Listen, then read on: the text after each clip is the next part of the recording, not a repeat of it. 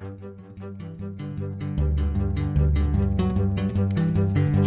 the University of Central Florida's Center for Distributed Learning, I'm Tom Cavanagh. And I'm Kelvin Thompson. And you're listening to Topcast, the Teaching Online podcast. Hello, Kelvin. What is up, Tom? Not much. Looking forward to some delicious fresh brewed coffee. That's amazing because I just happen to have some with me. Whew, what a coincidence. So, Kelvin, why don't you tell us about your carefully selected thematic coffee of the day? Carefully selected thematic coffee. Yeah, it's fun. It's good. I'll be happy to. So this is kind of interesting. I like it. This is a tree-dried coffee.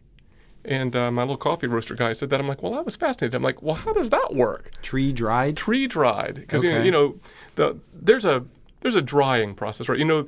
Just for our listeners, we talk about coffee beans, but really there's a coffee fruit, and there's, the little pit, the little seed at the center of that fruit is this thing that we call the bean. And so to process coffee, there's a drying thing, right? And so you harvest stuff, and there's a whole elaborate thing. You can find it online. We'll put it in the show notes, whatever. But these tree-dried coffees, it's a thing. They let the fruit stay on the tree and sort of kind of raisin up, if that makes sense. Shrivel? Yeah, shrivel. There's a good technical term. So it allows the fruit to dry on the tree. That supposedly gives the coffee, ultimately, when you eventually process it and brew it, a smoother, sweeter taste than coffee that's dried after it's harvested. So it's a thing. This stuff that we're drinking here is from India, actually, the state of Karnataka, specifically from the Malali estate. And the folks who produced it gave it the name Amrita, which, you'll love this, etymologically is related to the word ambrosia, the food of the gods from Greek mythology. So the coffee folks thought this was somewhat sweet and tasty. What do you think? I think it tastes... Watch you do a spit take. No, it tastes good. Yeah, it's, coffee. No, it's good. It's just my palate isn't as refined as yours, I'm afraid. I don't know. I'm just a snob, man. What do you think of it, Kelvin? I don't know. I'll tell you this: when I first tried it, and I still think it is interesting. I think it does have a little bit of a sweetness. But what I found was interesting about this one is that as it cools, it's still good. Mm-hmm. It even is. I call it juicy. It has like a juicier, fruity kind of flavor. So, at any rate, after all that build up, maybe you're wondering what this coffee has to do with today's episode. Do tell. Yeah. So here's my take on it. Right. So the whole tree drying thing sounds like a kind of a natural, normal process, right? However, that tree drying is considered something of a new technique, so to speak, in coffee production. So while the end result is positive, tree drying disrupts the status quo of coffee production. So it seemed to me that similar things could be said about today's topic, women as leaders in online education. How's that for a provocative lead-in? Sounds very interesting. Disruptive coffee and women in leadership in online education. Well, it's interesting that we're talking about women leadership in online education, because I think we've all heard these reports about women around the world not being paid as well as men, not having the same opportunities in their field, 70 cents on the dollar kinds of things, right. For positions and responsibilities as similarly qualified men. Yeah. And, this is an important topic, and I think it's one worth exploring in a Topcast episode. And so you and I talked about this. Yep. But rather than hear you and I jabber on about the dearth of women leaders. Because what do we know? Yeah, what do we know other than our own personal observations? We thought we should bring in an actual real woman who's an online education leader in her own right. That's to genius. Talk about this topic. It's just sheer genius. It is sheer genius. You're saying that because it was your idea. But it was a great idea. And the person that we brought in, she's awesome. Recently, at the Online Learning Consortium conference here in Orlando, Kelvin had the opportunity to interview Dr. Elizabeth Liz Ciabocchi, who is Vice Provost for Digital Learning at St. John's University in New York. In addition to her day job, Liz is very active in the Online Learning Consortium and other professional organizations in our field. And she's taken on various leadership roles in their activities in these professional organizations. Mm-hmm. And the idea And the topic of women in leadership and higher education is of particular interest to her, and she's done quite a bit of research along with some colleagues in the area. So I think she's a leading expert on it, and I think that an actual woman, and an actual woman, which qualifies her to speak on this probably much way more than us. That's right. But I thought the interview was really interesting, and she's good people. She's terrific. So why don't we take a few minutes now and listen to Kelvin's interview with Liz, and we'll be back when it's done to kind of reflect on what they talked about. Liz, it is a delight to have you here, particularly not because of just talking to you about important topics today, but you were one of our very early, very first vocal supporters for Topcast, and so we're glad to actually have you in a Topcast now. Isn't that great? That's I awesome. wouldn't want to miss the opportunity. Thanks. Just sorry we don't have coffee for you. You actually have to come into the studio for the coffee. Okay, next time. Next time. There we go. Well, there's a lot of things we could talk about, but I know that, because we've talked a lot about this, I know that institutional leadership and administration and online and blended and digital learning initiatives is a passion of yours. And I know that in particular within that framework, the role of women in online education has been something you've paid attention to. So I know that, at least at UCF, online learning for women is a good thing. Women succeed at higher rates and so forth and so on. So I wonder, just pulse check, how is online education as a career field and a path for women? Well, I think that I'm going to share with you some pretty sobering statistics about women's representation and compensation in higher ed generally. And this, of course, spills over into the online world as well. We're part of that picture, part of that landscape. Part of the reason that I became very interested in focusing on women's leadership in online learning is because of the Online Learning Consortium, relationships that I've built through my affiliation with this organization. And I started a collaboration with two other female colleagues, a couple of years ago. And we had an opportunity to do a presentation at the Women's World Congress in India, which sadly we didn't actually do, but we did prepare on this topic. And we had the opportunity to present it here at OLC, and there seemed to be a lot of energy and momentum within the audience around this topic. It seems that lots of women in this field, particularly those who are newer to the field, just starting out, or in middle management positions in institutions, are struggling with some of the challenges that we've identified for women in higher education generally. So we decided that there was enough energy and momentum to continue the research and the work to help women identify resources and opportunities for their own professional leadership development in this field in particular, which is not something that is very common to find, actually. So we're sort of blazing a new trail here. And OLC leadership has been very receptive to this. So that's really the genesis of the work. And, we're just confronted with the same issues that women are confronted with in all sectors of work in the United States and in the world. I could cite you some of those statistics, but I'll hold off on that for a minute, and let's see where the conversation goes. So let me just put it this way. I seem to know a lot of women in online education. Certainly there are a lot there. I think we should pay attention to, in every field, how is that field for women. So I certainly see a lot of women in online education, but are women paid equivalently?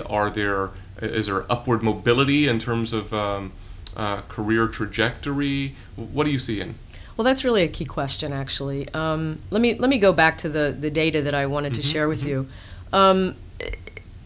In the United States, generally, there was a study done recently across 14 different sectors, including higher education. About 20% of positional leadership positions are held by women. 20%? 20% across 14 sectors in the United States. So So even though there are a lot of women in the pipeline, which is something you just mentioned, in the leadership pipeline, at the highest levels of positional leadership, representation is very low. In higher education, in academe, 25% of positional leaders are women. So you're looking at the level of dean and above. Okay. Right. 25%. So a little bit better, but a little bit better, but not a whole great. lot better. In higher education, generally, about 26% of college presidents are women. Huh. Again, a quarter. Now, if you're looking at ethnic and racial minority groups, those numbers are even lower, 9%. Sure. Of women. Wow. Excluding minority-serving institutions. So, women's representation at these higher positional leadership levels is certainly a challenge and a problem, I think. Mm-hmm. As far as compensation, you asked about that. I don't have specific figures for higher education, but I know that last year, in 2014, American women earned 79 cents for every dollar that men earned. Wow. So, you could generalize that and say, well, yes, compensation is certainly a problem. Representation, definitely a problem. Right. At four-year higher education institutions, women earn about 20% less than their male counterparts.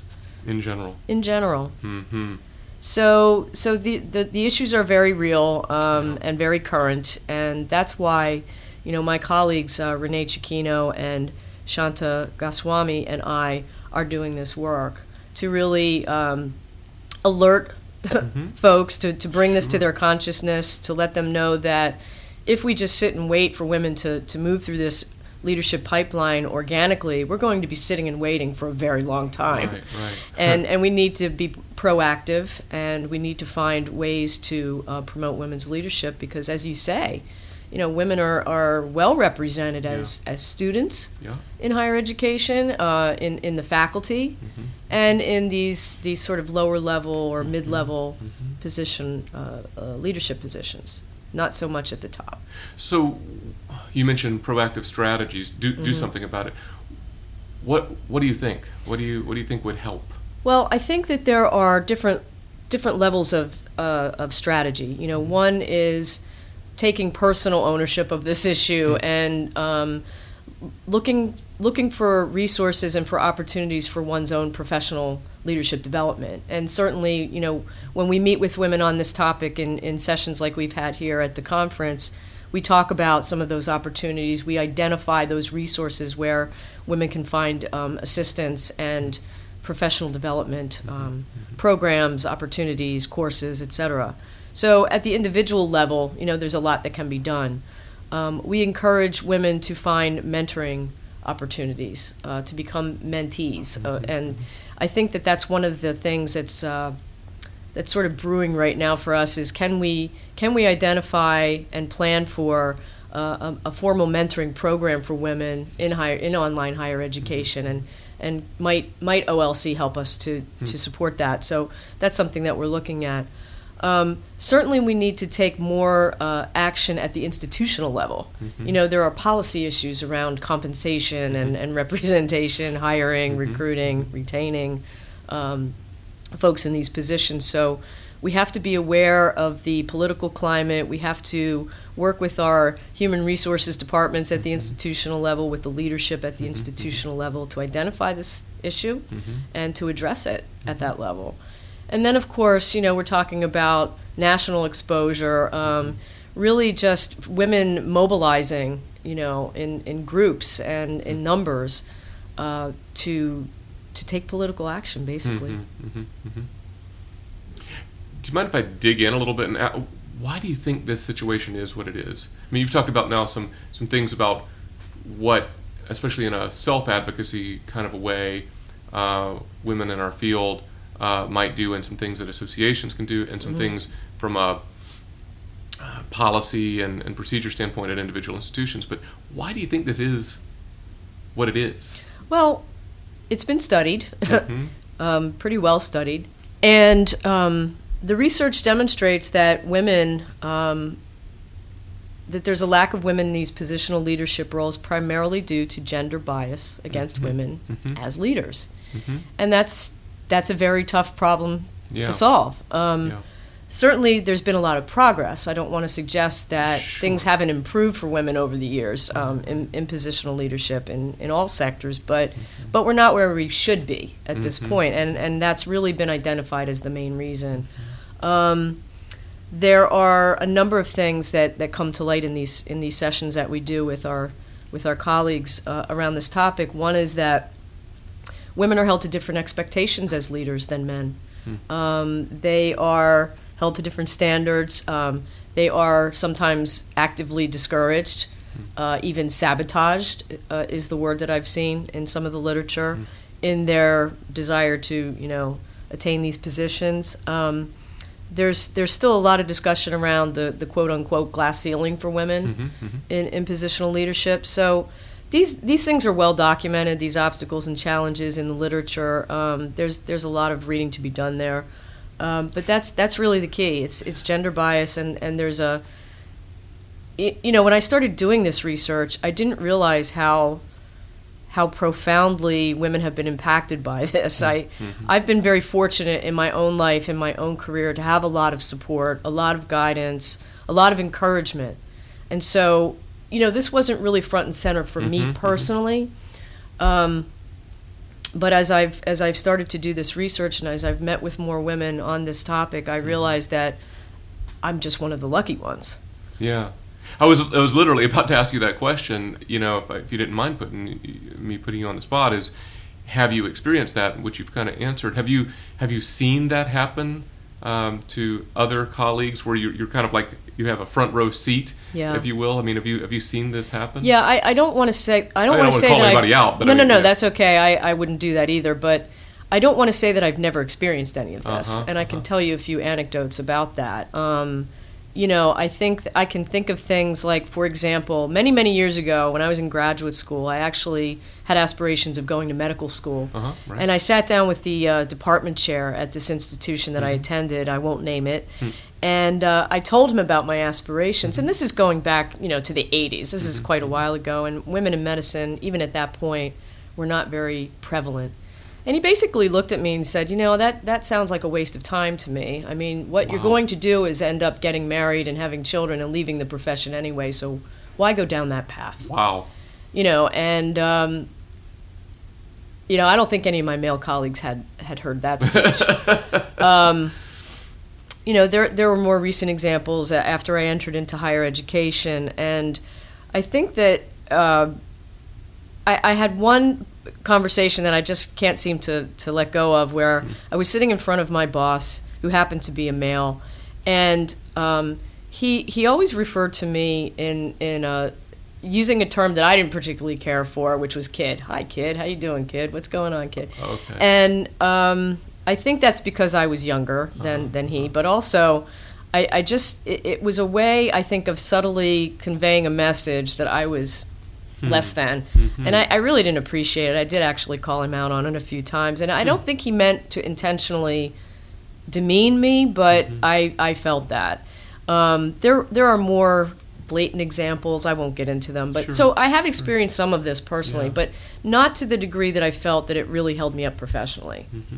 I didn't let it hold me up professionally. How important do you think that it is for stories, little anecdotes, to surface? Like, I mean, I've had a conversation similar to this in general with a personal friend, and it was a very odd conversation because I made some general statement about kind of the statistics on representation and advancement of women in our culture, and this guy was like, so, what do you know somebody? Have you seen? Do you know? And I was just sort of dumbfounded, and and the conversation went interesting places. But it was interesting because in his world, don't show me the data. Right. Tell me that you have seen this happen. Because I haven't seen it happen. Tell me that you've seen it happen. Right. So that makes me wonder: do personal stories like this being captured and coming to light, does that help?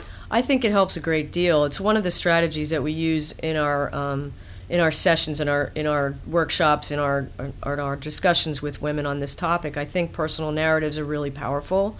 I think they hit people emotionally, and I think that in addition to just bringing information to light, they personalize the situation. And if I could sit here and say to you, well, Kelvin, how would you feel if your daughter, applied for a certain job or was in a certain work situation or environment that was hostile to her as a woman? How would you feel about that? So even if we don't have a personal story, I think we can always highlight the issue in ways like that make it much closer to home. Yeah. Well, speaking of, we have daughters that are about the same age. So if she were of age, career-wise, and had interest in this digital online learning kind of field, would you encourage her, or would you not? Do you see this as a few years down the road as a welcoming place, or would you say, no, there's other places for you to go to? No, I would definitely encourage her. I mean, I would be delighted if she followed in my footsteps in that way. Sadly, I don't think she will, but she might. She might surprise me. No, I would absolutely encourage her. I think higher education generally is one of the places that's a little friendlier to women, quite frankly, than some other sectors, some other work sectors. I have found it to be a much more open and welcoming environment than others, and I've worked outside of academia as well. So no, I wouldn't discourage her by any means, and I do think that our lot will improve with time, but we need to be proactive about that. We need to take charge of and ownership of this issue and really do something more about it as women. Well, that's awesome. That's a great place to leave it. Thanks for joining us very much and bringing this important topic more to light for our Topcast listeners. Thank you for having me. It's really a pleasure. Thank you. Wow, quite a few sobering statistics, right? Yeah, it's really interesting, and I encouraged Liz and her colleagues to continue doing that research. Absolutely. I mean, I think it's probably worth. I mean, those things go by so quickly, but like women are paid 79 cents on the dollar in general in U.S. and about close to 20%, 19% of positional leaders in U.S. are women across multiple sectors, but a little bit better than that in higher education. She was telling us 25% of positional leaders in higher ed are women, dean and above. 26% of college presidents are women, so but that's not 50%. No, and if you look at the student population, I mean, here at UCF, we have more female students than male students. Yeah, so I, every time I think about numbers like this, it just causes me to scratch my head.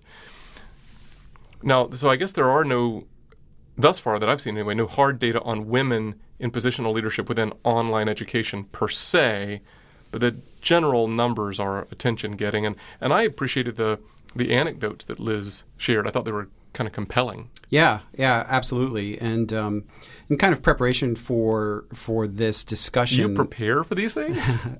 You prepare for these things. I ride your coattails, Kelvin. No, that's not true. I did have an opportunity to read the recent EDUCAUSE review issue, at least at the time we're recording this.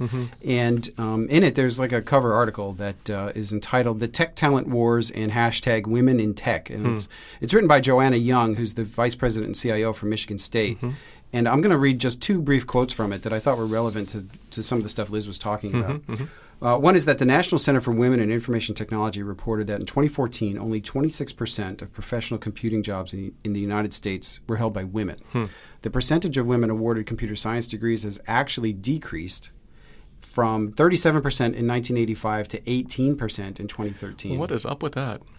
Yeah, it's an interesting stat. Further, over 50% of women in technology positions leave their employers mid-career.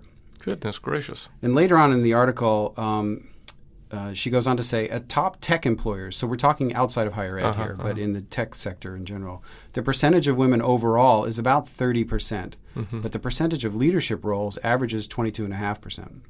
In 2014, only about 18% of CIOs in the United States were women, a number that has remained unchanged for a decade, according to Gartner.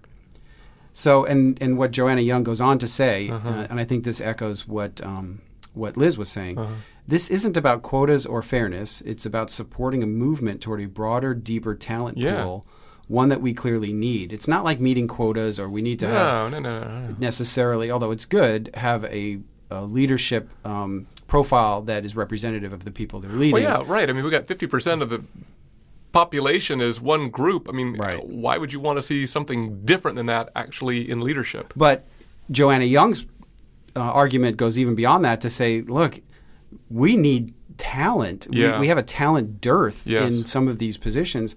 You are doing yourself a disservice by not seriously considering women for these positions. Yeah, well, that's true. Right. Well, that's just kind of dumb. Yeah. Who wants to be dumb? We want the best people in these jobs. So yeah, definitely we need to be a little more broader in our thinking. Mm-hmm. So maybe the bottom line Yeah. is that this is a situation that affects all of us in higher education generally, and in online education specifically. I know it's a particularly acute issue just in the tech sector outside of education. Yeah. So if we want the situation to improve, we need to be sharing data, anecdotes, and encouraging women to pursue leadership positions and to create the opportunities that are welcoming for everybody to aspire to these kinds of positions. Yeah, and we'll put on the website in our show notes some resources that Liz shared with us. We talk about encouraging women to pursue leadership positions. There's some leadership institutes and some folks who've collected data and stuff. So we'll put that there. So do check out the show notes. It'll be valuable. topcast.online.ucf.edu. So before we close, let's just ask our listeners if they like the show to go out to iTunes and leave us a rating and a review, because that helps us in the rankings and it helps people to find the show if they're looking for this kind of content. And that they should always, if they want to listen again or explore further anything we've talked about, including all of the coffee anecdotes and links, that can be done at our website, which is topcast.online.ucf.edu. Yeah, that's good. That's a lot better than what I was going to say. I was going to say, just mail us a $5 bill and write your thoughts on it. Sound like car talk. I know. They're geniuses, those guys. I know. So, until next time, for Topcast, I'm Tom. I'm Kelvin. See ya.